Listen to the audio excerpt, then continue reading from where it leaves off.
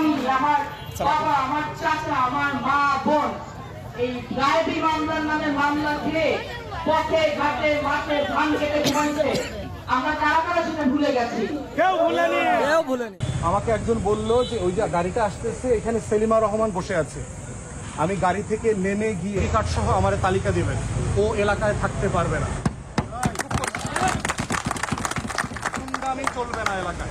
গণতন্ত্রের রাজনীতি চলবে, গণতন্ত্রের রাজনীতি। সবাই রাজনীতি করেন, সমস্যা নাই, কিন্তু হুমকি ধামকি দেওয়া চলবে না।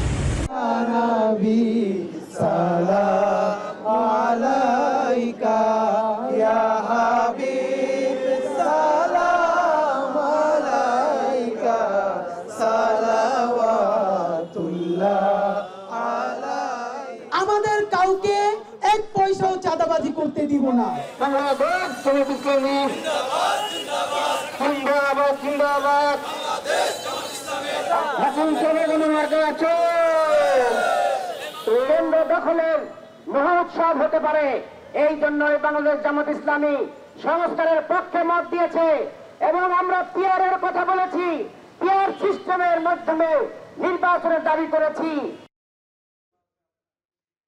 আবার মাঠে মিছিল, স্লোগান, পাড়া মহল্লায় বাড়ছে রাজনীতিকদের আনাগোনা, শুনছে প্রান্তের মানুষকে দিচ্ছে প্রতিশ্রুতি। গণঅভ্যুত্থান পরবর্তী নির্বাচনে আমেজে প্রার্থীরা বলছেন নতুন এক বাংলাদেশের কথা। পথসভা কিংবা লিফলেট, নির্বাচনী প্রচারণায় কারা এগিয়ে? গণঅভ্যুত্থানের মুখগুলো নামছে ভোটের দাবি নিয়ে মাঠে প্রচারণার অভিনব কৌশল। সব মিলিয়ে সরব ভোটের মাঠ। আজকের ভোটের ট্রেনে কথা বলবে নিয়ে পুরো আয়োজন আপনার সঙ্গে থাকবো আমি আজহার লিমন। আজকে ভোটের ট্রেনে যুক্ত আছেন নির্বাচনের প্রচারণায় নেমে পড়া 3 অতিথি। নাটোরের লালপুর থেকে যুক্ত হয়েছেন বিএনপির মিডিয়া সেলের সদস্য এবং ওই আসন থেকে বিএনপির মনোনয়ন প্রত্যাশী অ্যাডভোকেট ফারজানা শারমিন পুতুল। বাংলাপোটর থেকে যুক্ত হয়েছেন ইনকিলাব মঞ্চের মুখপাত্র শরীফ ওসমান হাদি এবং ভোটের ট্রেনের স্টুডিওতে আমার সঙ্গে আছেন আমার বাংলাদেশ এবি পার্টির সাধারণ সম্পাদক ব্যারিস্টার ফোয়াদ। আপনাদের সবাইকে স্বাগত আজকের ভোটের ট্রেনে। আমরা খুব দূর থেকে যুক্ত হয়েছেন আমাদের পুতুল আপা ফারজানা শারমিন পুতুল, তাকে দিয়ে শুরু করি। আপা, ধন্যবাদ যে প্রচারণার এই ব্যস্ত খুব পরিশ্রমের সময়ের মধ্যে দিয়ে আমাদের সঙ্গে যুক্ত হয়েছেন। শুরুতে যে কথাটি আপনার কাছে জিজ্ঞাসা করতে চাই যে আপনারা তো এখন দেখছি যে মানুষের কাছে যাচ্ছেন, মানুষের কথা শুনছেন, এটা তো একটা গণঅভ্যুত্থান পরবর্তী পরিবেশ।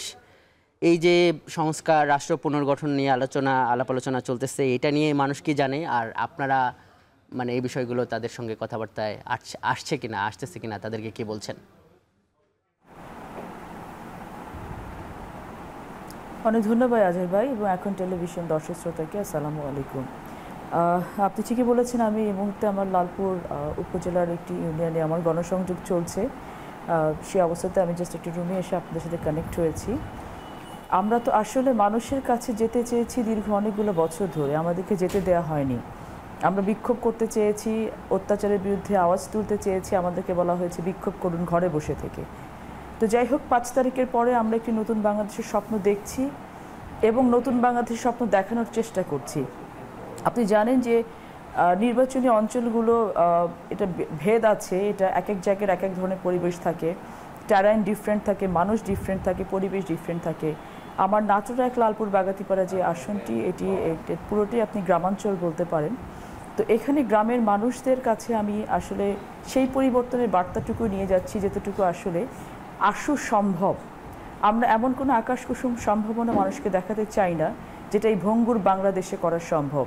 আমরা মানুষকে আশ্বাস দেওয়ার সাথে সাথে আমাদের স্ট্রাগলটাও দেখানোর চেষ্টা করছি যে যেইভাবে রাষ্ট্রের সকল প্রতিষ্ঠানকে ধ্বংস করেছে বিগত সরকার, এই বাংলাদেশকে দাঁড় করানো এত সহজ কোনো কিছু নেই এবং তাদের কোঅপারেশন ছাড়া, একটি চমৎকার ভোট ছাড়া, একটি সুষ্ঠু ভোট ছাড়া কোনোভাবেই এটা সম্ভব না। এবং ভোট প্রদানের ক্ষেত্রে এবং ভোট কালেকশনের ক্ষেত্রে এবার যে মানুষ খুব বিচক্ষণতার পরিচয় দিবে, সেই বার্তাগুলো আমরা পৌঁছে দিচ্ছি যে আমরা যেন মনে না করি যে যেহেতু আমরা বিএনপি একটি দল করি, ধানের শীষের প্রতীকের একটি অনেক বড় ইম্প্যাক্ট পড়ে, তারপরে মানুষ এবার ব্যক্তি দেখবে।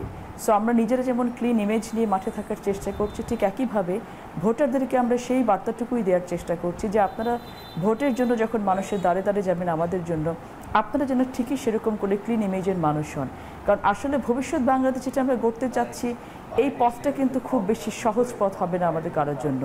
তো এই সহজ যে পথটা না, এটাকেও আসলে আমাদের ভোটারদেরকে অনেকটা এটা জানান দেওয়ার প্রয়োজন আছে বলে আমি মনে করি। তো আমার প্রচারণার ভেতরে আমাদের 31 দফা থাকছে, আমরা নির্বাচনী ইশতেহারটা আমরা 31 দফার ভিত্তিতেই তৈরি করব বলে আমরা মনে করছি, এবং সেই বিষয়গুলোকে মানুষকে জানানোর যেটা আমরা চেষ্টা চালিয়ে যাচ্ছি প্রতিনিয়ত, এবং অভূতপূর্ব সাড়া পাচ্ছি মানুষের ভেতর থেকে। কারণ আজ আপনারা দেখেছেন যে আমরা সবাই জানি 17 বছর তো কেউ ভোট দিতে পারেনি।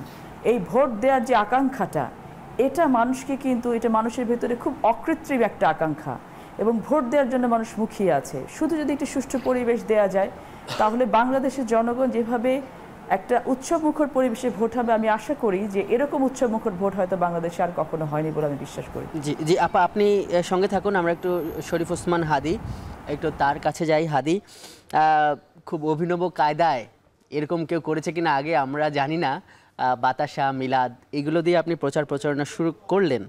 আপনার কাছে মানে প্রশ্নটা করতে চাই যে এইভাবে প্রচারণা করার আসলে মানে কারণটা কি? এটা কি দৃষ্টি আকর্ষণের একটা প্রচেষ্টা কিনা?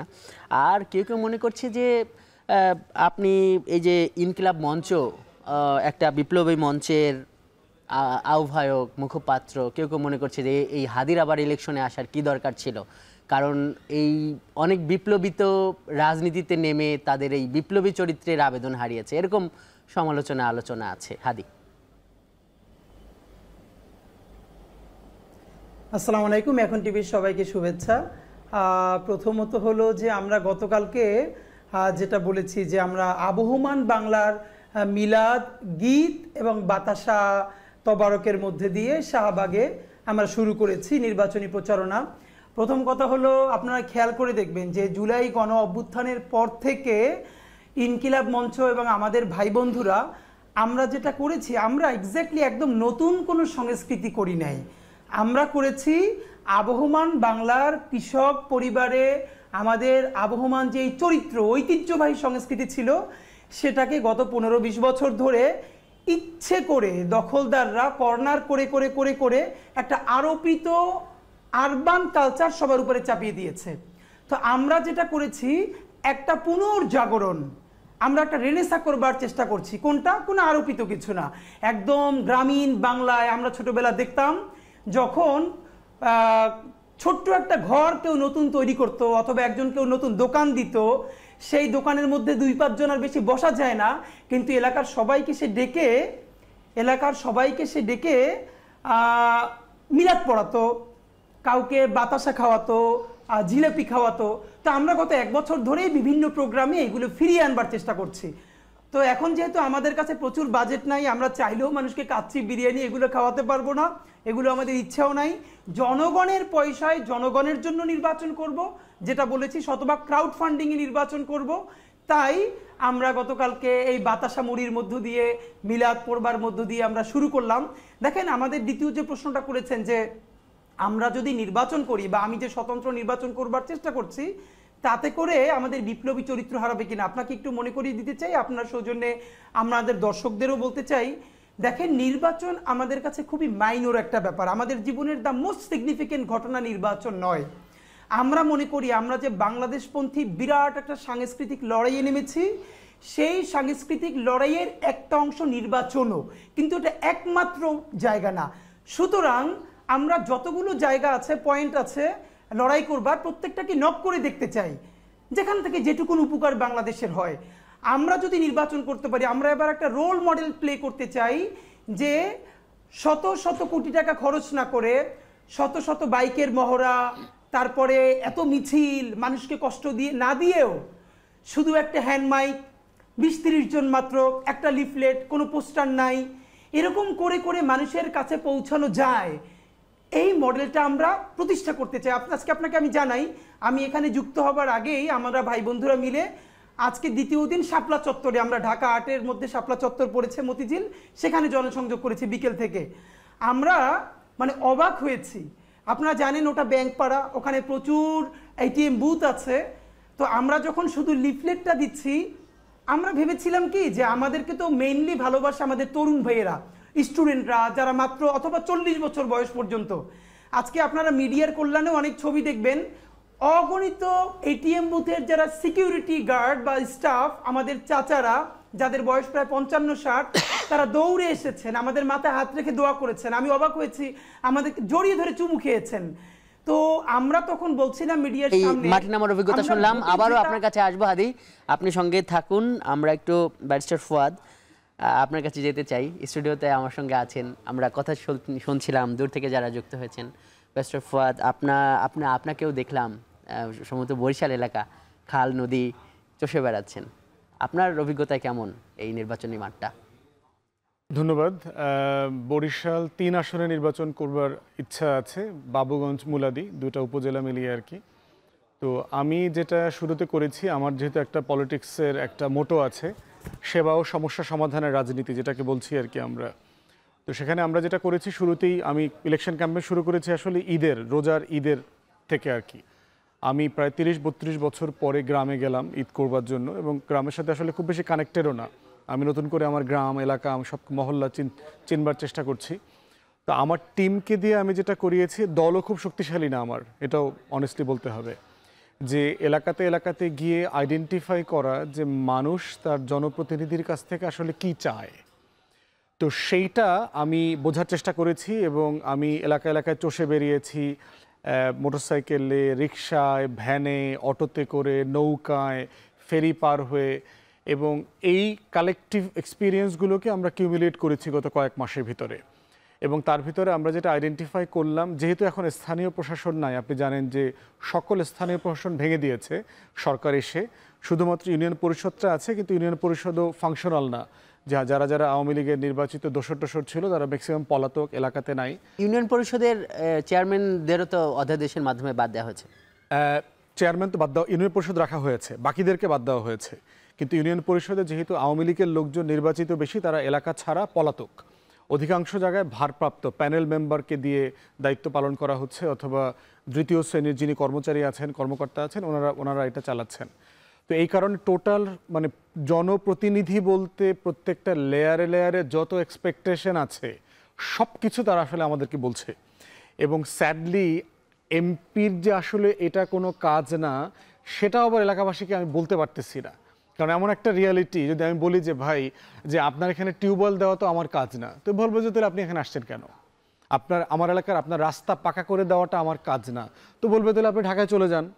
আপনি যদি আমার এই বেড়ি বাদ দিতে না পারেন, আমার নদী ভাঙন ঠেকাইতে না পারেন, আপনি যদি আমার বাচ্চা মেয়েটার উপবৃত্তি জোগাড় করে দিতে না পারেন, আপনি যদি আমার ভাঙা ঘরে 3 বান টিন দিতে না পারেন, তো আপনি ভোট চাইতে আসছেন কেন? আপনার দরকারটা কি? তো এই জন্য খুব জটিলতা আছে। ঢাকাতে বসে সংসদ সদস্যদের সংবিধানে যা লেখা আছে, আর যা বলা হয়, যা আমাদের তথাকথিত সুশীলরা, এনজিওলারা আমাদের কাছ থেকে আশা করেন, আর যা আমার গ্রামের মানুষ, আমার মানুষ, এই প্রত্যাশার জায়গাটা প্রচণ্ড রকম গ্যাপ আছে। তা আমি ইতিমধ্যে যেটা করেছি, যে আপনার পুরো অঞ্চলের দাবি দাওয়াগুলোকে অ্যাকিউমুলেট করেছি, এবং কিছু কাজ আমি সফলভাবে করতেও পেরেছি।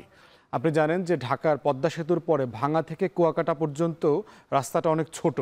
এলাকাবাসীর এবং পুরো বরিশালবাসীর দাবি ছিল এটাকে 6 লেন করবার জন্য।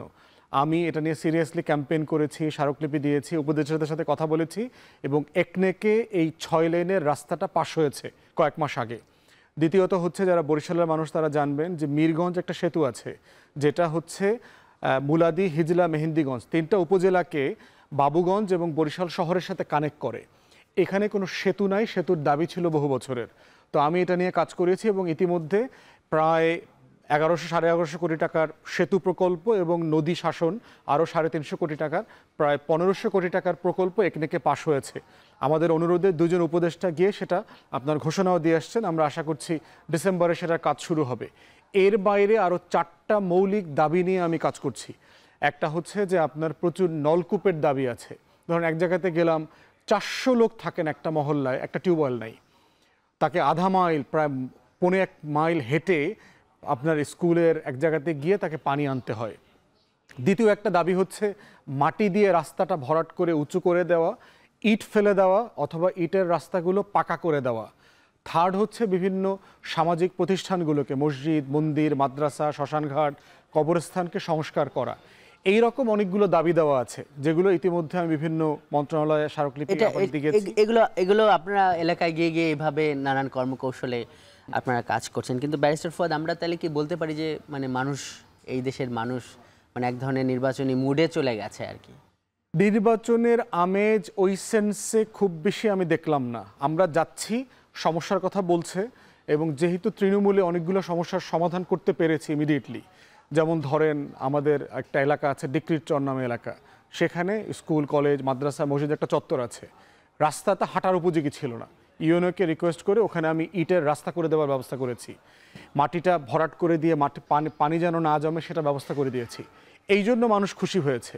এখন তারা নির্বাচনে আমাকে চায় অথবা আমার তার পাশে যেন থাকি, কিন্তু এর আগে তারা খুব বেশি নির্বাচনমুখী অথবা আপনাকে নির্বাচনে চায় এর মানে তো নির্বাচনও চায়, এইটা ইমিডিয়েটলি পরে মানে এটা মনে হয়েছে কিছু কাজ করে দেওয়ার পরে মনে হচ্ছে যে না ঠিক আছে এই লোকটাকে বিবেচনা করা যেতে পারে, কিন্তু ওভারঅল গ্রামের মানুষদের ভিতরে খুব বেশি নির্বাচনের যে একটা মুড আমেজ সেটা দেখি নাই। এবং ওইটা এখনো মনে হচ্ছে যে কি লাভ হবে, কে আসবে, কার বদলে কে আসবে। হাট ঘাট মাঠ বালুমহল জলমহল ফেরিঘাট রাস্তাঘাট চাঁদাবাজি সব তো আগের মতো চলতেছে, ব্যানার পরিবর্তন হয়েছে, লোক পরিবর্তন হয়েছে। মানে আমি আমার এলাকাতে দেখলাম 2 গ্রুপ এক দলে রামদা মিছিল করতেছে, বিভিন্ন জায়গায় বলছি, আমাকে হুমকি ধামকি দিচ্ছে, এবং আমার দলের মিটিংগুলোতে যারা আসতেছে তাদেরকে হুমকি দিচ্ছে। এখন গ্রামের মানুষের ভিতরে নিরাপত্তাহীনতাটা প্রচণ্ডভাবে দেখলাম যে কি পাল্টাইলো। গত বছর একদল চাঁদাবাজি করেছে, এখনও আমার ফেরিঘাট থেকে আরেক দল চাঁদাবাজি করতেছে, বদলাইলোটা কি, এই প্রশ্নটা তারা করার চেষ্টা করছে। বাট প্রচণ্ড ভয় আছে দেখলাম, নিরাপত্তাহীনতাটা প্রচণ্ড রকম কাজ করছে। জি জি, ব্যারিস্টার ফুয়াদ সঙ্গে থাকুন। দর্শক দেখছেন ভোটের ট্রেন, যে যুক্ত আছি ভোটের ট্রেনে, এবং আজ আমরা কথা বলছি ভোটের মাঠ। আমরা একটু পুতুল আপার কাছে যাই। পুতুল আপা, একটু অন্ধকার হয়ে গেছে না? আপা শুনতে পাচ্ছেন নিশ্চয়ই আমাকে? আপনার কাছে যাচ্ছি। সেটা হলো যে আমরা তো সরব ভোটের মাঠ এই ইস্যুতেই কথা বলছি। মানে আমাদের সঙ্গে আছেন ব্যারিস্টার ফুয়াদ, বলছে যে মানে মানুষ এখন এই প্রশ্নের উত্তর খুঁজছে যে একটা ইলেকশন হলে আসলে কি হবে।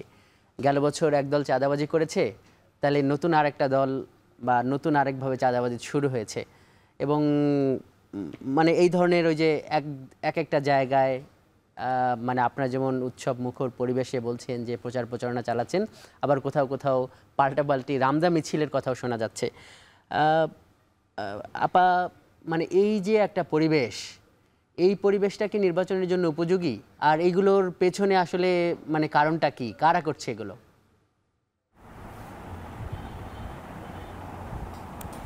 ধন্যবাদ আজহার ভাই। ফুয়াদ ভাইয়ের কথা শুনছিলাম আর আমি হাসছিলাম।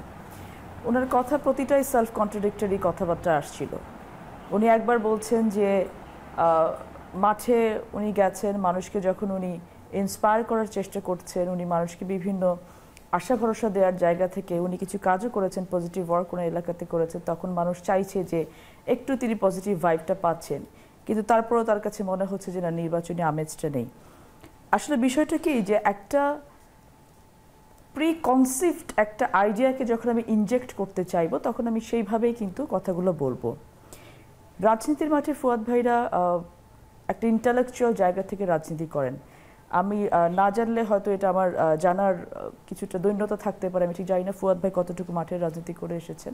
হয়তো উনি মাঠের রাজনীতি করতে গেলে করতে পারেন, আমার জানার দৈন্যতা আমি আগে স্বীকার করে নিলাম। তো মাঠে যদি আপনি যান মানুষের কাছে একটি পরিবর্তনের বার্তা নিয়ে, মানুষ সেটা গ্রহণ করবে না বা পরিবর্তনের বার্তাকে কোয়েশ্চেন করবে, সেই পরিস্থিতিতে বাংলাদেশ আছে বলে আমি এখন সেটা মনে করি না, 1 নম্বর। 2 নম্বর হচ্ছে যে ফুয়াদ ভাই তার নিজের এলাকাতে যদি এটা মনে করে থাকেন যে he is much more capable for his constituency, আমি ফুয়াদ ভাইকে ইনভাইট করব যে স্ট্যান্ড ফর ইট। কারণ হচ্ছে আপনি যে বলছেন যে একটি গ্রুপ আজকে রামদা নিয়ে আরেকটি গ্রুপের সাথে দ্বন্দ্ব করছে, আপনাকে এটা বন্ধ করতে হলেও কিন্তু আপনার নির্বাচন লাগবে। আপনি বিগত 1 বছর ধরে দেখেছেন যে হ্যাঁ, আইন শৃঙ্খলা রক্ষা পরিস্থিতির কিন্তু আমরা উন্নয়ন ঘটাতে পারিনি। কেন ঘটাতে পারিনি, কী কারণে ঘটাতে পারিনি, এগুলো আমরা কম বেশি সবাই জানি। একটা নির্বাচনী এলাকা এক রকম, সেটা আমি বলেছি। তবে স্বাভাবিকভাবে এবং সার্বিকভাবে এখন বাংলাদেশে যে পরিস্থিতিটা বিরাজ করছে, মানুষ নির্বাচনমুখী, এটা আমি মাঠে নেমে বুঝতে পেরেছি। এবং অন্যান্য জায়গা থেকে আমরা যখন কথা বলছি, কাজ করছি, তো ওই যে যেটা বললাম যে প্রি কনসেপ্ট একটা আইডিয়া যেটা মাথার মধ্যে এসেছে যে না, যে নির্বাচনটা না হলে ভালো হয়। একটা তো বাতাস আছে এই বাজারে, মার্কেটে এবং দেশের ভেতরে চালু করার চেষ্টা চলছে যে নির্বাচনটা যেন না হয় অথবা ফেব্রুয়ারিতে না হয়, অথবা যেন বিভিন্ন কলা কৌশল করে বিভিন্ন কন্ডিশন দিয়ে নির্বাচনটাকে একটু পেছানো যায় কিনা। তবে একটা কথা দ্ব্যর্থহীনভাবে আমরা সবসময় বলেছি, এখনো বলতে চাই যে কিছুক্ষণ হাদি ভাই উনিও যেটা বলছিলেন যে তাদের জন্য নির্বাচনই একমাত্র কাজ না, তারা প্রত্যেকটা জায়গায় নক করে দেখতে চান। তো বাংলাদেশ এখন প্রত্যেকটা জায়গায় নক করে দেখার মতো অবস্থানে আছেন কিনা আমি জানি না। আমার প্রথম কথা হচ্ছে, আমি সবসময় যেটা বলেছি যে আমরা মাফিয়াতন্ত্রকে সরিয়েছি, কিন্তু আমরা এখনো গণতন্ত্রের পথে যাই নাই। তো এই মাফিয়াতন্ত্র থেকে গণতন্ত্রের পথের ট্রানজিশনটা কিন্তু আমাদের ভালো যায় নাই, আমাদের আরো ভালো যাওয়া উচিত ছিল বলে আমি মনে করি। কারণ যারা এখন রাষ্ট্র ক্ষমতা পরিচালনার দায়িত্বে আছেন কিন্তু তারা কিন্তু কেউ খুব পুতুল আপা, এই যে মানে বলছেন যে মানুষ তো নির্বাচনের জন্য, যেটি আপনি উল্লেখ করলেন যে অনেকগুলো নির্বাচনে মানুষ ঠিকমতো ভোট দিতে পারেনি, কিন্তু এই দাবিটা কি মানুষের মধ্যে বা এই অনুভূতিটা কি মানুষের মধ্যে নেই যে তারা আসলে ভয় পাচ্ছে যে একটা ফ্যাসিবাদ তাদের বিরুদ্ধে এই গণমানুষ যে একটা অভ্যুত্থান ঘটাইলো, সামনে আবার এই ধরনের কোনো কিছু হয় কি না? মানুষের মধ্যে কি এই ভয় নাই? মানে আপনি কথা বলে কি মনে করছেন? না ভাই, আমি কোনো মানুষের ভেতরে এই ধরনের কোনো ভয় অ্যাটলিস্ট আমার এখানে দেখিনি। এবং আমরা তো টিম ওয়ার্ক করি, আমি আমার কনস্টিটিউয়েন্সিতে কাজ করছি, আমি মনোনয়ন প্রত্যাশা করছি, আমি আমার প্রিপারেশন যেটা আছে সেটা নিয়ে আমি বিলিভ করছি যে আমার প্রিপারেশন যেমন আছে আমার এক্সাম সেরকম ভালো হবে, এটা আমার একটা স্ট্যান্স আছে। আমি অন্যান্য জায়গায় যখন আমাদের টিম ওয়ার্ক দিয়ে অন্যান্য কনস্টিটিউয়েন্সি, চিটাগংয়ে কথা বলছি, সিলেটে কথা বলছি, বগুড়াতে কথা বলছি, বরিশালে কথা বলছি, আমরা কিন্তু সিমিলার ভাইব পাচ্ছি যে মানুষ কিন্তু উন্মুখ হয়ে আছে নির্বাচনে ভোট দেওয়ার জন্য। আপনি যেটা বলছেন যে মানুষ যে মনে করছে কিনা যে একটা স্বৈরতন্ত্র থেকে বাদ দিয়ে আর একটা স্বৈরতন্ত্রে আমরা যাবো কিনা, এটা আমি আপনাকে বলেছি প্রি কনসিভড আইডিয়া, যেটাকে ইনজেক্ট করার চেষ্টা চলছে। আরে ভাইরে, একটা মানুষ রাজনীতি করেছে, একটা দল রাষ্ট্র ক্ষমতা পরিচালনা করেছে দীর্ঘ বছর, যারা করেনি তারাও পার্টিসিপেট করবে। জনগণকে ডিসাইড করতে দিতে হবে যে বাংলাদেশটা কারা পরিচালনা করবে। এখন যারা পরিচালনা করছে তারা একটি গণঅভ্যুত্থানের সরকার এখানে বসে আছে, এবং এই সরকার যত বড় ম্যান্ডেট নিয়ে বাংলাদেশে এসেছে, যত জনসমর্থন নিয়ে বাংলাদেশে এসেছে, এত জনসমর্থন নিয়ে বাংলাদেশে অতীতে কোনো সরকার আসেনি। তাহলে আজকে সরকার কি করলেন? আজকে সরকার জনগণের কতটুকু চাওয়া পাওয়া পূরণ করতে পেরেছেন? তাহলে পরিবর্তনটা আসবে কিভাবে ভাই? গায়েবীভাবে তো আসবে না।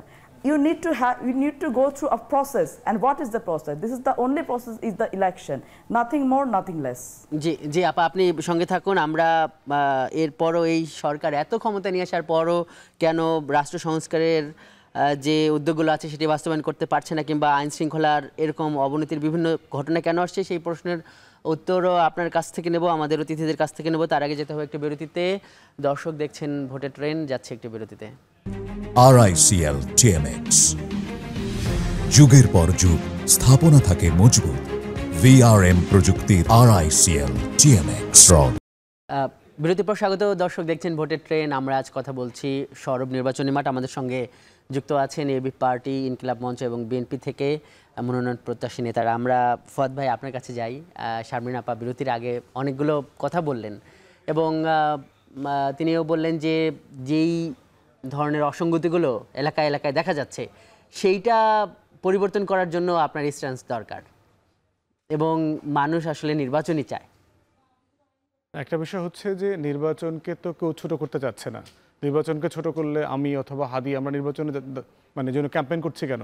এটা তো খুব টায়ারসাম। তো যদি আমরা নির্বাচনেই যেতে না চাই, এই ক্লান্তিকর গ্রামে গঞ্জে মানে ঝড়ে বৃষ্টিতে বর্ষায় কাদার ভিতরে ফেরি পার হয়ে নদী খাল বিল পার হয়ে এই ক্যাম্পেইন করা জাস্ট ওয়ার্থলেস আর কি। সার্টেনলি আমরা ফেব্রুয়ারিতে নির্বাচন চাই, নির্বাচনে আমরা অংশগ্রহণ করব, এই ব্যাপারে আমাদের কোনো দ্বিধা নাই। ইস্যু হচ্ছে এর মানে কি এটা না নির্বাচন নিয়ে চ্যালেঞ্জ আছে? সার্টেনলি চ্যালেঞ্জ আছে। বাংলাদেশের রাজনৈতিক নেতাকর্মী তো শত শত নেতাকর্মী তো খুন হয়েছে ইতিমধ্যে। তো এর মানে কি এটা ইস্যু না? বাংলাদেশের এই যে প্রত্যেকটা হাট ঘাট মাঠ যে দখল হয়ে গেছে, ইজারা নিয়ে যে মারামারি হচ্ছে, ঝামেলা হচ্ছে, অবৈধ বালুর ট্রাক সরাসরি নিয়ে ঝামেলা হচ্ছে, এগুলো তো গ্রামে গঞ্জে গিয়ে আমি নিজে দেখে এগুলো দেখার দায়িত্ব কারা করছে? প্রশাসনের এবং রাজনৈতিক দলের দুই পক্ষেরই এটার দায়িত্ব আছে। প্রশাসন স্যাডলি রিপিটেডলি বলবার পরেও যেই লেভেলের ডিসাইসিভ অ্যাকশন নেওয়া দরকার সেটা নিতে পারছে না। এটা যেমন প্রশাসনের ব্যর্থতা। উল্টা দিকটা দেখেন, প্রায় শখানেক লোক দুই পক্ষে যদি রামদা মিছিল করে, 10টা পুলিশের এসআই বাইরে দাঁড়ায় আছে, কি করবে সে এখন? মানে এই 100 লোকের রামদা মিছিলে এই 10 লোকের তো কল্লা পড়ে যাবে। তাহলে এখন প্রশ্ন হচ্ছে যে এটা সাফিসিয়েন্ট কিনা, এখানে ইন্টেলিজেন্স কমিউনিটির ফেলিয়ার আছে কিনা, যৌথ বাহিনী সাফিসিয়েন্টলি রাইট টাইমে স্পিডিলি মুভ করছে কিনা, মোবিলাইজ হচ্ছে কিনা, দেখতে পাচ্ছি না তো। এই যে যৌথ বাহিনী ডিপ্লয়েড আছে ম্যাজিস্ট্রেসি ক্যাপাসিটি সহ, এটার কোনো ইমফ্যাক্ট আমরা গ্রামে গঞ্জে পাড়ায় মহল্লায় দেখতে পাচ্ছি না। অ্যাবসলিউটলি যা যা আছে তাই তাই চলছে না, কিন্তু গ্রামের বাজারে। যদি নির্বাচন যদি না হয়, নির্বাচন যদি ধরেন প্রলম্বিত হয়, এগুলোর তো আসলে সমাধানও নেই, এরকমও তো অনেকে না না না, তা না, প্রলম্বিত হওয়ার সমাধান না, সমাধান এখনই সমাধান, যে এইটাকে এখনই অ্যাড্রেস করতে হবে। এইটা 8 মাস পরে গেলে সমাধান হবে, 1 বছর পরে গেলে সমাধান হবে, 26শে ডিসেম্বরে নির্বাচন হলে সমাধান হবে, সেটা অ্যাবসলিউটলি একটা অসত্য কথা, ফেক কথা। এইটা দিল্লির ম্যান্ডেট। এখন দিল্লি নির্বাচন নিয়ে কি করবার চেষ্টা করছে, তারা সর্বোচ্চ চাচ্ছে হচ্ছে আওয়ামী লীগকে কোনো না কোনো ফর্মে ইলেকটোরাল পলিটিক্সে ফেরত নিয়ে আসা, নির্বাচনী রাজনীতিতে ফেরত নিয়ে আসা, যেটা করাটা খুবই অসম্ভব একটা কাজ। সে কারণে এখন হাসিনা মিলে এসালমের টাকায় যেটা করছে, নির্বাচনটা বানচাল করে দেওয়া যায় কিনা, সেই জন্য জাতীয়তাবাদী ওয়াইডার যে গোষ্ঠী রাজনৈতিক দল, সেই দলগুলোর ভিতরে ডিসকোর্ড দেখতে পাচ্ছি আমরা, বিএনপি, জামাত এবং অন্যান্য দলগুলোর ভিতরে যারা গণ অভ্যুত্থানের পক্ষে শক্তি, এবং বিএনপি জামাতের মতো জাতীয়তাবাদী গণ অভ্যুত্থানের পক্ষে শক্তি দলগুলোর মধ্যে যদি অনৈক্য বাড়ে, এর রেজাল্ট কি হবে আমরা 93, 94, 95, 96-তে দেখেছি। 21 বছর পরে আওয়ামী লীগ ফিরে আসছে। এগুলো এই সমস্ত যে অনৈক্য, যদি আমরা ঐক্যমত্য কমিশন বা সংস্কার নিয়ে যে আলোচনা বাস্তবায়ন, এগুলো নিয়ে সেখানে তো আপনারাও আছেন, দলগুলো কেন এই আপনি যে সংখ্যার কথা বলছেন সেই সংখ্যা কেন বুঝছে না? যেমন ধরেন যে সবশেষ যেটি দেখলাম যে এই জুলাই সনদ বাস্তবায়নের পথটা কি হবে, সেইটা নিয়ে বিএনপি যে পথের কথা বলেছে, বিশেষজ্ঞরা যেটা দিয়েছে, ধরুন বিএনপি বলেছে যে এটা আদালতের একটা পরামর্শ আনা হোক কীভাবে বাস্তবায়ন হবে। তো এইটা তো মানে সবাই সবার জায়গায় আছে, অন্যরা কেন মানছে না? ধরুন বিএনপির এই প্রস্তাব অন্যদের মানলে কি সমস্যা হতো? এখন একটা বিষয় হলো যে কিছু কিছু বিষয় আছে কমিশন এটা সমাধান করতে পারবে না। যেমন রাজনৈতিক বিষয়ে যে দ্বন্দ্ব আছে, দ্বিমত আছে, এই দ্বিমতগুলোর জন্য সমাধান হচ্ছে রাজনৈতিক দলগুলো নিজেরা প্রচুর করে বসা। নির্বাচন কমিশনকে আমরা একটা পরামর্শ দিয়েছিলাম প্রত্যেকটা আসনে রাজনৈতিক দলগুলোকে নিয়ে নির্বাচনী টিম করে দেওয়া, এবং তখন যেটা হবে এটার মধ্য দিয়ে একটা জবাবদিহিতার কালচার তৈরি হবে এলাকাতে। এবং দ্বিতীয়ত হচ্ছে ভলান্টিয়ার স্কোয়াড তৈরি করা, যাদের বয়স 17 এবং তার নিচে, এই রকম ছেলে মেয়েদেরকে ট্রেন করে ইলেকশন ভলান্টিয়ার করা, যারা ভোটার না। সেটা করতে পারলে যেটা হচ্ছে আসনগুলোতে এই সমঝোতাগুলো বাড়বে নিজেদের মধ্যে, যে আমরা সবাই নির্বাচন করব, প্রতিযোগিতা করব, প্রতিদ্বন্দ্বিতা করব, কিন্তু শত্রুতা লেভেলে যাবে না।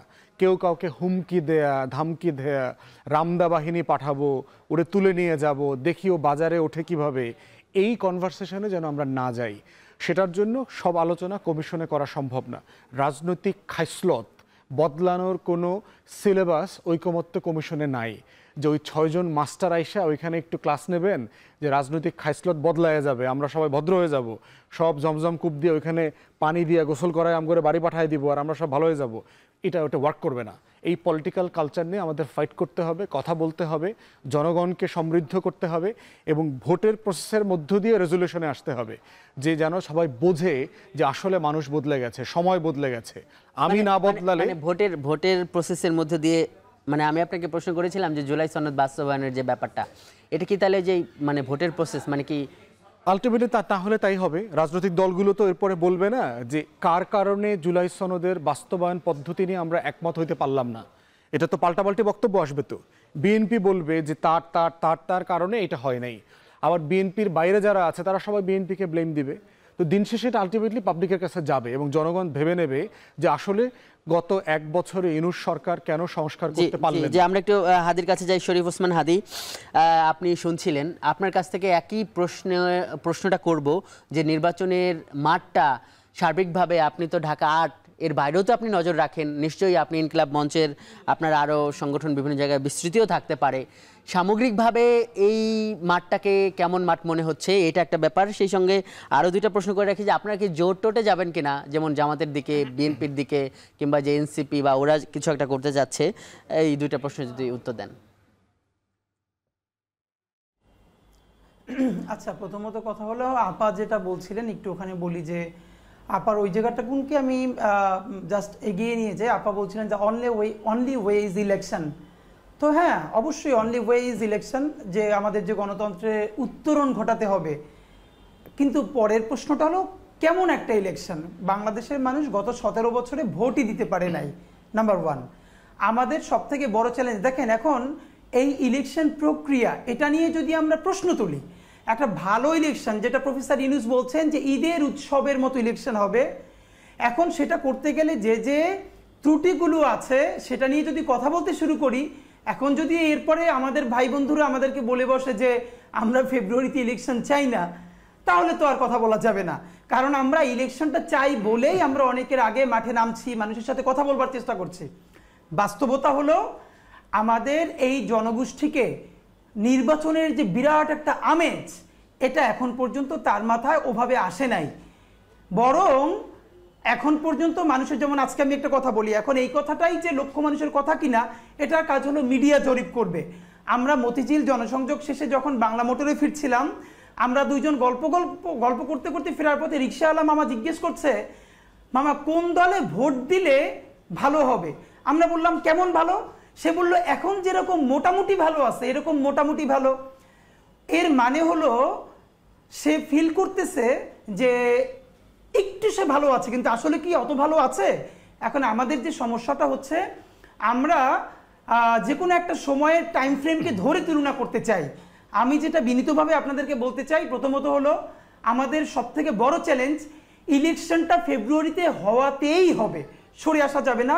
কারণ ইন্ডিয়া যে কোনোভাবে আওয়ামী লীগকে এখানে পেনিট্রেট করবার জন্য এস আলম থেকে শুরু করে অন্যান্যদের সাথে হাজার হাজার কোটি টাকা বিনিয়োগ করে, আমার ধারণা আমাদের বাংলাদেশের বড় বড় রাজনৈতিক দলের কেউ কেউ হয়তো ইন্ডিয়ার ট্রাপে ইতিমধ্যে পা দিয়েও থাকতে পারে, যেটার মধ্য দিয়ে ইলেকশন বানচাল হয়ে যাবে। তারপরে একটা নতুন তত্ত্বাবধায়ক সরকার আসবে, তারা 1 বছর দেশ চালাবে, এর পরবর্তীতে আওয়ামী লীগ সহ একটা নির্বাচন হবে, এরকম একটা ষড়যন্ত্র আছে, আমরা শুনতে পাচ্ছি। না না, কিন্তু হাদি, আপনি যে প্রশ্নটা, আপনি যে কথাটা বলছেন যে ইলেকশন ফেব্রুয়ারিতে হওয়া দরকার, তাহলে এই যে আপনারা বা অনেকে যে মানে বলা বলি করছিল, এরকম বক্তব্যগুলো আসছিল যে সংস্কার হইতেই হবে, এই সরকারের একটা সংস্কারের ম্যান্ডেট আছে, তাহলে কি মানে এখন যে পরিবেশ, মানে আমরা কি বলতে পারি যে এখন আসলে সংস্কার যাই থাক, মানে ইলেকশনের দিকেই যাওয়া দরকার দেশকে বাঁচাইতে হলে, এদিকে এটা বলা যায়? না না না, আমি দুটো কথা বলি না। ইলেকশন নিজেই একটা বিরাট সংস্কার। কোন ইলেকশন? যে ইলেকশনটা 73-এর ভোট চুরির নির্বাচন হবে না, হাসিনার আমলের ফ্যাসিবাদী ভোট ডাকাতির নির্বাচন হবে না, প্রকৃত অর্থেই জনতা তার ম্যান্ডেটটা দিতে পারবে। এখন আপা যেটা বলছিলেন যে ডিসিশনটা জনগণকে নিতে দিতে হবে, এখন আমি আপনার মাধ্যমে আপাকে বা অন্য সবার কাছে বিনীতভাবে জানতে চাই, বাংলাদেশের বর্তমান যে আইন শৃঙ্খলা পরিস্থিতি, 1000-এর বেশি পুলিশের উপরে মামলা রয়েছে যারা সরাসরি বিনা উস্কানিতে গুলি করে হত্যা করেছে। 46 জনকে মাত্র গ্রেপ্তার করা হয়েছে, তাও জামিনে মুক্তি দেওয়া হচ্ছে, তারপরে তারা ভারতে পালিয়ে যাচ্ছেন, পুলিশকে গ্রেপ্তার করা হয় নাই। যেই সব আমলা সচিবেরা 4 তারিখেও হাসিনার পক্ষে সচিবালয়ে মিছিল করেছে, দিনের ভোট রাতে করেছে, তারা এখনো সচিবালয়ে বহাল আছে, তারাই সামনে নির্বাচনে আবার নেতৃত্ব দিবেন। এই সচিবালয়, এই পুলিশ, এই রকম নির্বাচন কমিশনের শক্তি দিয়ে আমরা সেই জনতার ম্যান্ডেট বাস্তবায়ন করতে পারবো কিনা, আমরা আপা যেটা বলছি যে জনগণকে সিদ্ধান্ত নিতে হবে। এটা আপনি আপাকে প্রশ্নটা করবেন, কিন্তু মানে আপা কি এগুলো পরিবর্তনের পক্ষে নয়? আপাও তো নিশ্চয়ই একটা সংস্কার, একটা পরিবর্তন চায়, এই প্রশ্নটা কেন আপাকে করছেন? না, আপাকে এই জন্য বলছি যে যখনই আমরা নির্বাচনী ব্যবস্থার ত্রুটি নিয়ে কথা বলি, তখনই আমাদের অনেক ভাই বন্ধুরা এভাবে আমাদেরকে প্রশ্ন ছুড়ে দেন, তাহলে কি আমরা নির্বাচন বিরোধী? না, বরং এখন আমি আপনাকে সংক্ষেপে যেটা বলতে পারি, নির্বাচন নিজেই একটা বড় সংস্কার, ঐতিহাসিক শ্রেষ্ঠ নির্বাচন হতে হবে, যেটা বর্তমানের যে আইন শৃঙ্খলা পরিস্থিতি, এই কাঠামোতে এই নির্বাচন করা যাবে না। নামকাওয়াস্তে নির্বাচন হয়ে যাবে, কিন্তু ঐতিহাসিক দায় থেকে যাবে। তাহলে প্রশ্ন হলো, ঠিক হাতে যেটুকুন সময় আছে এর মধ্যে এমন কি করলে সংস্কার হতে পারে, নির্বাচন হতে পারে, সেটা হচ্ছে জুলাই সনদের ভিত্তিতেই জাতীয় নির্বাচন হতে হবে। হাদি আপনি সঙ্গে থাকুন। পুতুলাপা, আপনি শুনতে পাচ্ছিলেন, আপনি অনেক দূর থেকেই জয়েন হয়েছেন। আপনি শরীফ ওসমান হাদি যেটা বলছে যে এই যে কেউ সংস্কার বা এই ধরনের কথা বললে আপনারা বলেন যে নির্বাচন পেছানোর একটা ষড়যন্ত্র, আসলে কি এরকম মনে করেন আপনারা? না, আমি দুটো জিনিস অ্যাড্রেস করি। একটা, ফুয়াদ ভাইয়ের যে বিষয়টা উনি বলেছেন যে নির্বাচন প্রক্রিয়াতে চ্যালেঞ্জেস নেই কিনা। Obviously there have many more challenges, এবং এটাকে অস্বীকার করার কোনো উপায়ও নেই। এই চ্যালেঞ্জগুলোর জায়গা থেকে আমাদেরকে উত্তরণ ঘটাতে হবে, এক নাম্বার। কিন্তু এই উত্তরণ ঘটানোর জন্য কি আমাদের কাছে ইনফিনিট পিরিয়ড অফ টাইমস ছিল কিনা? যে সরকারটি এখন বর্তমানে বাংলাদেশ, আমাদের কিছু বাস্তবিক প্রেক্ষাপট বিবেচনা করতে হবে। হাদি ভাই যে কথাগুলো বলছেন এখন বসে থেকে, যে এই মুহূর্তে এই যে সময়টা আমরা পার করছি, এই সময় ওই কাজগুলো এখন করা সম্ভব কিনা, অথবা নির্বাচন প্রক্রিয়া বা নির্বাচন যে ব্যবস্থাটা আছে এটাকে ঢেলে সাজানো সম্ভব কিনা। এটাকে তো ঢেলে সাজানো সম্ভব ছিল, গত 1 বছরে সম্ভব ছিল। এবং খুব সুতীক্ষ্ণভাবে যেটা আমি বলতে চাই যে বর্তমান সরকারের ক্ষমতায় আসার পর সবার আগে এই জায়গাটাতে হাত দেওয়া উচিত ছিল। আমরা এলোমেলোভাবে অনেক ধরনের সংস্কার নিয়ে 1টা বছর ধরে এত জল্পনা কল্পনা, সংস্কার কমিশন, মতৈক্য কমিশন, মতানৈক্য কমিশন, অনেক কিছু করলাম আমরা, কিন্তু আমাদের রেজাল্টটা কি? এখন আমরা যদি খালি চোখে দেখি, আপনি গিয়ে দেখবেন রেজাল্ট হচ্ছে 0। আমার কথা হচ্ছে যে এই যে 1000 পুলিশের কথা বলছেন, আপনি কোন প্রসেসে, কোন প্রক্রিয়াকে এই 1000 পুলিশকে মানুষের আস্থার জায়গায় নিয়ে আসতে পারবেন? Do you have any mechanism? আপনি কি সেটা আমাদেরকে প্রপোজ করতে পারেন? No, you don't have. আমরা শুধুমাত্র কি সমালোচনাটা করছি। আমার কথা হচ্ছে একটা ব্রডার পার্সপেক্টিভ থেকে আমাদেরকে চিন্তা করতে হবে।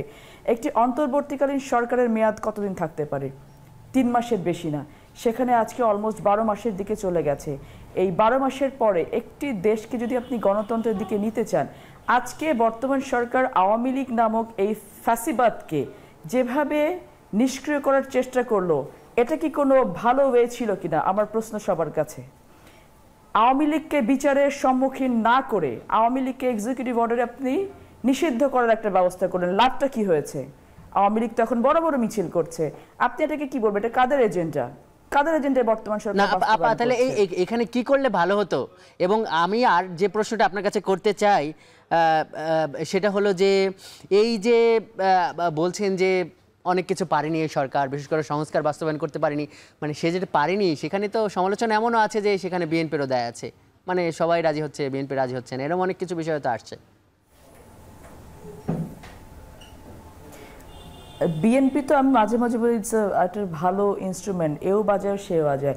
বিএনপি 100% দায় নিতে সব কিছুর জন্য রাজি আছে, কিন্তু যে দায়টা বিএনপিকে দেওয়া হচ্ছে সেই দায়ের জন্য বিএনপি দায়ী না। বিএনপি কি রাষ্ট্র ক্ষমতায় আছেন? আজকে বিএনপি একটি সাংগঠনিক একটি দল, এই দলের যে কাজগুলো করার দরকার, একটি সরকারকে সাপোর্ট করার জন্য 100% সাপোর্ট দিয়ে গেছে বিএনপি। বিএনপি চেয়েছে বাংলাদেশে গণতন্ত্র পুনঃপ্রতিষ্ঠিত হোক, সেটা করার জন্য যা যা করা প্রয়োজন সেগুলো করেছে। কোন বিএনপির কোন ভেটোর কারণে বিএনপি আপনারা বলছেন যে সংস্কার কার্যকর করা যায়নি? 2-একটা নোট অফ ডিসেন্ট ছাড়া ম্যাক্সিমাম জায়গায় কিন্তু ঐক্যমত্যে পৌঁছেছে বিএনপি। জুলাই 16 আপনার এক্সিকিউটিভ প্রসেস নিয়ে কিছু মতপার্থক্য আছে, থাকতেই পারে, this is the beauty of democracy, থাকতেই পারে। আমার বিশ্বাস এগুলো অনতিবিলম্বে একটা পর্যায়ে পৌঁছে যাবে, কিন্তু তার মানে এইটা না যে আপনি একটা ইনডেফিনিট পিরিয়ড অফ টাইমের জন্য একটি নির্বাচন প্রক্রিয়াকে আপনি বাধাগ্রস্ত করতে পারবেন। একটা সময় আওয়ামী লীগ কি করেছিল যে উন্নয়ন এবং নির্বাচনকে সামনাসামনি দাঁড় করিয়ে দিয়েছে।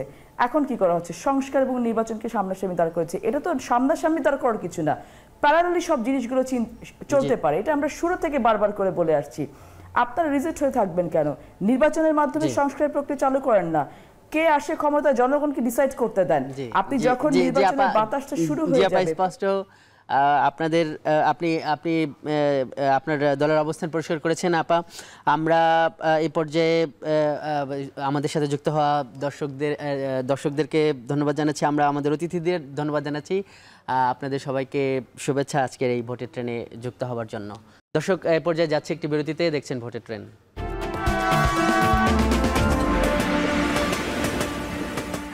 ভোটের ট্রেনের এই পর্বে আমরা শুনবো তৃণমূল মানুষের কথা। ভোটের মাঠের কোলাহল নিয়ে এবারে ঢাকা জেলা থেকে যুক্ত হয়েছেন সহকর্মী হুমায়ুন কবির। হুমায়ুন কবির, আপনার সঙ্গে যুক্ত আছেন শীর্ষ 2 দলের নেতৃবৃন্দ, একটু তাদের মতামত শুনতে চাই আপনার মাধ্যমে। আজহার, ধন্যবাদ আপনাকে। আসলে ভোটের ট্রেনের যে নির্বাচনী মাঠ যে সড়ক, সে নিয়ে আপনার গল্পই আমরা এতক্ষণ দেখছিলাম, কিন্তু আমার সাথে এই মুহূর্তে সাভার থেকে যুক্ত রয়েছেন ঢাকা জেলা জামাত ইসলামী সম্মানিত সেক্রেটারি মোহাম্মদ আফজাল হোসাইন, আমার ডানে রয়েছেন, এবং আমার বামে রয়েছেন ঢাকা জেলা বিএনপির সাবেক যুগ্ম সম্পাদক মোহাম্মদ খোরশেদ আলম, তিনি ছাত্র নেতা এবং সাভার পৌর সভার কাউন্সিলর ছিলেন একাধিকবার। আমরা সরাসরি প্রশ্নে চলে যেতে চাই আপনার সাথে। আফজাল হোসেন, আপনাকে স্বাগত জানাচ্ছি ভোটের ট্রেনে। জানতে চাই, এই যে 36 জুলাইয়ের পর আমরা এত সহস্রাধিক শহীদের রক্তের বিনিময়ে আমরা ফেব্রুয়ারিতে একটি নির্বাচনের প্রত্যাশায় প্রহর গুনছি, সেই সুষ্ঠু নির্বাচনের যে সময়টি, সেই সময়টি কি এখনো বর্তমান আপনি মনে করছেন? সে পরিবেশ কি আছে সুষ্ঠু নির্বাচনের? আসসালামু আলাইকুম রহমতুল্লাহ। এখন টিভির ভোটের ট্রেনের সম্মানিত দর্শক মণ্ডলী, দেশে এবং প্রবাসী যারা আছেন, সবাইকে আমার বাংলাদেশ জামাত ইসলামী ঢাকা জেলার পক্ষ থেকে, বাংলাদেশ জামাত ইসলামী ঢাকা 19 আসন সংসদীয় আসন সাভার এবং আশুলিয়ার পক্ষ থেকে আপনাদেরকে শুভেচ্ছা জানাচ্ছি। আমরা দীর্ঘদিন নির্বাচনের বাইরে ছিল দেশ। ফ্যাসিস্ট আওয়ামী লীগ সরকার দীর্ঘ আন্দোলনের পরে তারা বিদায় নিয়েছে। আমরা ঢাকা 19 আসনে আমরা যতটুকু দেখেছি, আলহামদুলিল্লাহ আমাদের নির্বাচনের জন্য অনুকূল পরিবেশ বিরাজ করছে। আমরা এখানে নির্বাচনের হাওয়া বইছে এবং আমরা মানুষের কাছে যাচ্ছি, মানুষ ভোট দেওয়ার জন্য অধীর আগ্রহে অপেক্ষা করছে। আমরা একটু দেখেছি, আমরা প্রান্তিক পর্যায়ের মানুষ যারা রয়েছে, সাধারণ জনগোষ্ঠী, তারা বলছেন একটি শঙ্কার কথা। একদিকে টেন্ডারবাজি, চাঁদাবাজি, গার্মেন্টস দখল সহ নানা কারণ কিন্তু একটা অস্থিতিশীল অবস্থার কথা কিন্তু সাধারণ মানুষ বলছেন। কিন্তু আপনি জামাতের নেতা হিসেবে, জামাত ইসলামী বাংলাদেশের একজন নেতা হিসাবে আপনি রয়েছেন এবং আমার বাম পাশে রয়েছে বিএনপির সাবেক সাধারণ সম্পাদক খোরশেদ আলম। তো বড় যে দুটি দল রয়েছে তাদেরকেই কিন্তু এই পরিস্থিতির জন্য দায়ী করছে, আপনি কি বলবেন? আমরা বাংলাদেশ জামাত ইসলামী আগাগোড়ায় আমরা বলে আসছি যে জামাত ইসলামী চাঁদাবাজি করে না বা সন্ত্রাসী করে না এবং কাউকে করতেও দেয় না। এই জন্য ঢাকা 19 আসনে আমাদের প্রান্তিক জনগোষ্ঠীর সাথেও আমাদের বিভিন্ন সময়ে আমরা গণসংযোগে বের হচ্ছি, তারাও ভোট দেওয়ার জন্য উদ্গ্রীব হয়ে আছে এবং আমরা মনে করি যে আগামী ফেব্রুয়ারি মাসের যে নির্বাচন অন্তর্বর্তীকালীন সরকার তারিখ ঘোষণা করছে, ঢাকা 19 আসন, এই ব্যাপারে আমরা এখন পর্যন্ত কোনো শঙ্কার কারণ আমরা দেখি না এবং আমরা এখানে সকলেই মিলেমিশে নির্বাচনের জন্য প্রস্তুতি গ্রহণ করি। ধন্যবাদ আপনাকে। আমরা একটু যুক্ত হব ঢাকা জেলা বিএনপি সাবেক যুগ্ম সাধারণ সম্পাদক খোরশেদ আলমের সাথে। খোরশেদ আলম, স্বাগত আপনাকে ভোটের ট্রেনে। জানতে চাই একটু সংক্ষেপে বলবেন যে নির্বাচনের যে পরিবেশ কতটা বর্তমান রয়েছে এবং পিআর পদ্ধতি আপনারা চাচ্ছেন না কেন? ধন্যবাদ এখন টিভিকে। পিআর পদ্ধতি হল সংখ্যানুপাতিক হারে নির্বাচন যে পদ্ধতি, এইটার সম্বন্ধে এই দেশের মানুষ ভালোভাবে অবগত না। আমি মনে করি স্বাধীনতার পরবর্তী সময়ে যেভাবে বাংলাদেশের নির্বাচনগুলো গতানুগতিক যে ফরম্যাটে হয়েছে সেই ফরম্যাটে হোক। আর যারা পিআর চাচ্ছেন তারা আগামী নির্বাচনের মাধ্যমে আপনারা সংসদে আসুন, সংসদে আসার পর আপনারা সংসদে বিল উত্থাপন করেন, সেই বিল পাস করে আগামীতে আপনারা পিআর নিয়ে করেন। চাচ্ছেন না কি? আচ্ছা, আমরা দেখেছি বৈষম্য বিরোধী ছাত্র আন্দোলনের সময় আপনার নেতৃত্বে কিন্তু অনেককে আমরা আন্দোলনে যুক্ত হতে দেখেছি। আপনি অর্থায়ন করেছেন, আপনার লোকজন সেখানে কন্ট্রিবিউশন করেছে।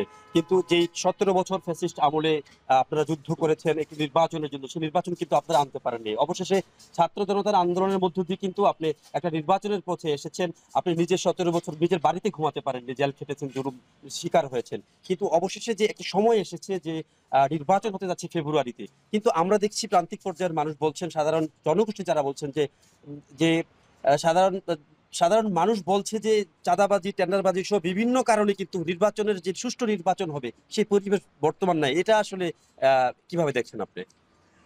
ভোটের জন্য তো আমরা 17 বছর যুদ্ধ করছি, রাজপথে ছিলাম, আন্দোলন করছি, যদিও আমরা সফল হতে পারি নাই, কিন্তু শেষ পর্যন্ত দেশবাসীর সমর্থনে কিন্তু ছাত্র আন্দোলনের মাধ্যমে ফ্যাসিস্ট হাসিনার পতন হয়েছে। আমরা যেহেতু হাজার হাজার মানুষ, আমার দলীয় নেতা কর্মী নির্যাতিত হয়েছে, গুলি খাইছে, ক্রস ফায়ারে গেছে এই ভোটের অধিকার প্রতিষ্ঠার জন্য, আমরা বাংলাদেশের আগামী যে নির্বাচন, সেই নির্বাচনে তারেক রহমানের নির্দেশে এবং সাভারে আমাদের সাভারে গণমানুষের নেতা ডাক্তার মোহাম্মদ সালাউদ্দিন বাবুভাইয়ের পক্ষে আমরা সর্বাত্মকভাবে আছি। যদি কোনো রকম ভোটের নির্বাচনী কাজে যদি কেউ ব্যাঘাত ঘটায়, আমরা বুকের তাজা রক্ত দেওয়া সেটা প্রতিহত করব। আমরা চাই সাভার থেকে তৃণমূল নেতাকর্মীদের সঙ্গে কথা বলছিলেন আমাদের সহকর্মী হুমায়ুন কবির। দর্শক, এই ছিল আজকের ভোটের ট্রেনে। এতক্ষণ সঙ্গে থাকার জন্য ধন্যবাদ।